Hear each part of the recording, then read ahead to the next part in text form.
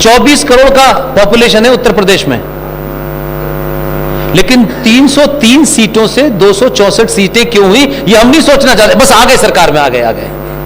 हमारे ही दलालों ने नहीं दी ना, हमारे बीच के लोगों ने नहीं दी ना, क्योंकि उनके स्वार्थ कुछ और थे। आपको वहां चोट करनी है। और मैंने फिर कहा कि 700 साल की गंदगी को आप 24 घंटे में नहीं हटा सकते, आपको उस कीचड़ में उतरना पड़ेगा। लेकिन आपके संगठन कहते हैं तुम्हें कीचड़ क्यों जाना है, तुम्हें तो सीईओ बनना है, तुम मत उतरिए। इसलिए चाहे वो खालिद हो चाहे कन्हैया हो, वो देखिए आज उनको गिरफ्तार कर लिया गया तो नॉर्म्स चॉम्स्की ने साइन किए हैं उसकी रिहाई के ऊपर। फ्री खालिद मूवमेंट चल रहा है। आपके लोग पिटते हैं कश्मीर के अंदर और दिल्ली में मई के अंदर धरना देते हैं, एक टुचपूंजिया नेता हिंदूवादी संगठन का नहीं गया उनके पास। ये इसलिए हो रहा है और वो जानते हैं। ये लड़ाई तत्कालिक नहीं है कि उन्होंने ऐसा करा हम ये कर देंगे। आप तैयारी नहीं है उसके लिए, आपके नेता तैयार नहीं, आपके संगठन तैयार नहीं, इसलिए वो नई नई परिभाषा कर रहे हैं आजकल हिंदुत्व की। हमें शत्रु बोध ही नहीं है यार कि हमें लड़ना किससे है। कोई कह रहा है वामपंथ से लड़ना है, कुछ पता ही है नहीं उनको, न दूसरे का लिटरेचर पढ़ते हैं, न उनकी किताब पढ़ते हैं, और हम ये सोचते हैं कि जैसे हमें वैसी वो है। Sir, good evening. My name is Colonel Puranik, Ashok Puranik. I'm professor in trauma surgery in the AIMS here. Okay. I'm a great fan and followers of yours. Last 10 years I'm following on mass media. I'm your friend on Facebook, Twitter, everywhere. शांति रखें आप लोग. Okay. बहुत तारीफ करूंगा मैं आपकी कि आप एक अलग जगाने में कामयाब हुए हैं और बहुत अच्छा काम कर रहे हैं। और ये फॉलोअर होने के नाते नहीं, आप आज मुझे आपको सुनने का मौका मिला, ये बहुत अच्छी बात है। आपने भी 4-5 मैसेजेस दी, वो बहुत ही दिल को छू लेने वाली थी। मेरा एक हाइपोथेटिकल क्वेश्चन है कि 5 साल बाद या 10 साल बाद अगर आप इस देश के गृह मंत्री होंगे तो आप कौन सा 5 काम करेंगे जो आपके दिल के बहुत करीब है? वो 5 काम आपको एक्शन में नजर आएंगे।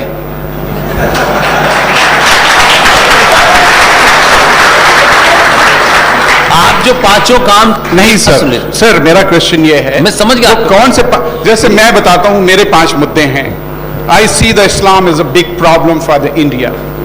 We have not been able to, okay, हाँ, सो सॉरी मैं कुछ साल विदेश में रहा हूं तो आदत पड़ गई। ओके, सो मैं ये कह रहा था कि हमने देवबंद को बंद नहीं किया अभी तक, हमने कोई मदरसे बंद नहीं किए, हमने कोई मस्जिद बंद नहीं किए, हमने कोई डेमोग्राफिक चेंज नहीं रोका, हमने कोई पॉपुलेशन पिग्स लाइक मल्टीप्लिकेशन को नहीं रोका। हम हर जगह कुछ भी करें, आज 35 MLA चुन के आए हैं, आप कुछ भी कर लीजिए, सिर पटक लीजिए, हमारे जैसे 1000 लोग आए, भाषण दें, हजारों घंटे लगाएं, कुछ नहीं होने का। इस डेमोक्रेसी में हमारे पास क्या कोई ब्लूप्रिंट है?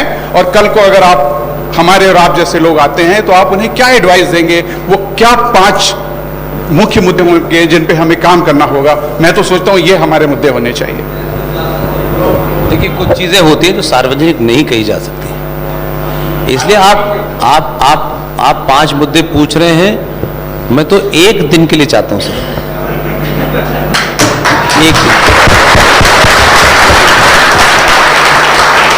मंत्री बनने में मेरा कोई वो नहीं है, लेकिन जो मुझे करना है उसे मैं सार्वजनिक नहीं कर सकता। ध्यान रखिएगा, जिंदा रहा और किसी दिन भी 1 दिन का भी समय मिला तो कई लंबे 100 साल का इंतजाम कर दूंगा मैं।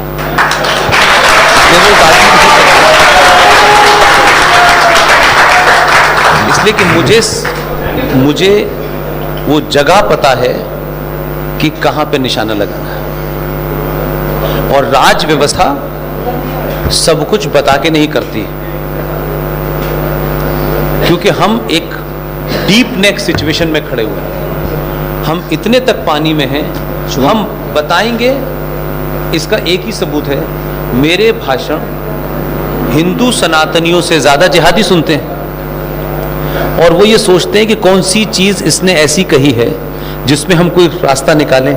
मैं कुरान शरीफ का पेज भी कोट करता हूं और उसकी सूरा नंबर और आयत नंबर भी कोट कर देता हूं। और उनको ये पता है कि इसको कुरान हम ही ने मार मार के पढ़ाया था, अब वो भुगत रहे बेचारे।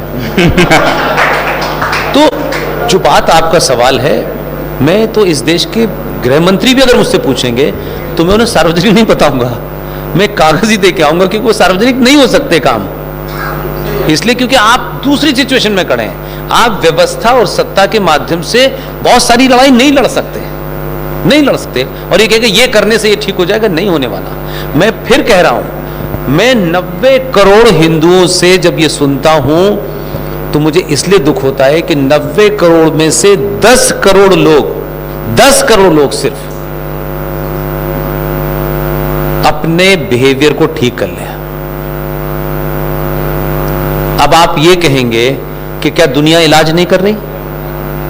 हमारे यहां सार्वजनिक तौर पे लोग कहते हैं साहब हिंदुस्तान को कानून बना देना चाहिए जैसे फ्रांस में बनाए। हम सब लोग कुछ सब कुर्सी पे बैठे बैठे खाना वाना खा करके शाम को 5 मिनट के लिए राष्ट्रवादी होके नहीं हमारे यहां कानून क्यों नहीं बनाया जा सकता? हम फ्रांसीसी की तरह जिस दिन बिहेव करने लगेंगे कानून बन जाएगा।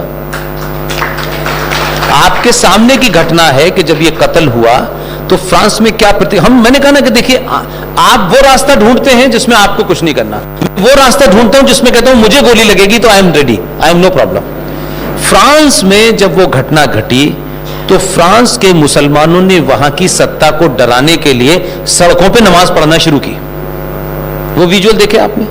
लेकिन जैसे ही राष्ट्रपति को यह पता चला उसने इस घटना को होने दिया, और जहां जहां उन्होंने चिल्ला चिल्ला के नमाज पढ़ते थे वही फ्रांसीसी उनके सामने खड़े होते थे और उतनी ही आवाज में फ्रांस का नेशनल एंथम गाते थे।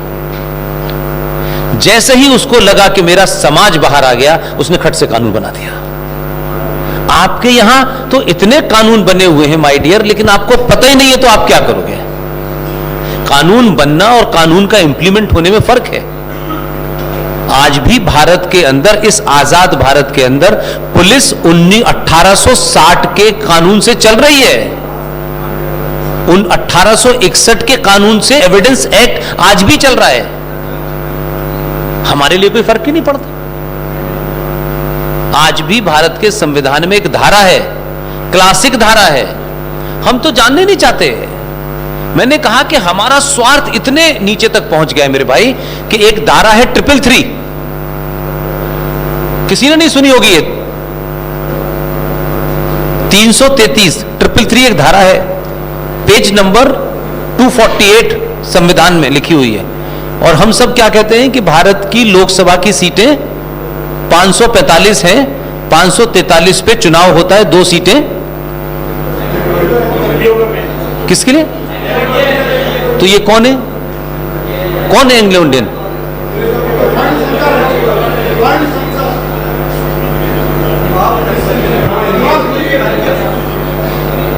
आज जब भारत में ये अंग्रेज रहते थे, उन अंग्रेजों के जब वो यहां से चले गए, बहुत सारे अंग्रेजों के भारत की महिलाओं से उन्होंने जायज शादी की, कुछ ने नाजायज शादी की। उन भारतीय महिला और अंग्रेज पुरुष के से संपन्न हुई संतान को एंग्लो इंडियन कहते हैं।